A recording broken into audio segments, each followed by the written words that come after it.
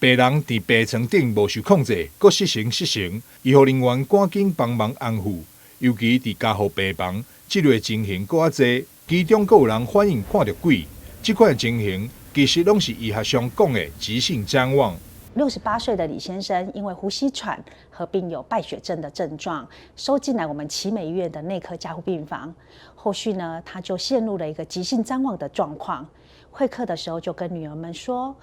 哇，这个晚上啊，好像有人要带我走，很多穿白衣服的，我好害怕。”奇美病院护理部督导柯雅婷表示，谵妄造成病患身体活动甲认知能力下降，延长住院，而且住院发生谵妄死亡率至少有22%，风险无输咧心脏病。为了处理发生谵妄病人，奇美加护病房团队伫去年成立谵妄小组，希望会当有效减少病人谵妄发生率。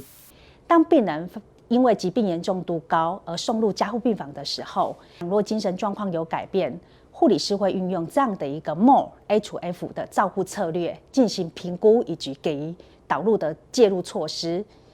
将药物能够做适时的一个评估及会诊我们的复健科，尽早来让病人早期下床，以达到病人降低谵妄的发生率。面对谵妄症状的病人，由谵妄小组介入，透过谵妄评估以及照护3部曲，让病人谵妄发生率由80%降到50%。加护病房住院的天数也由6天降到3天。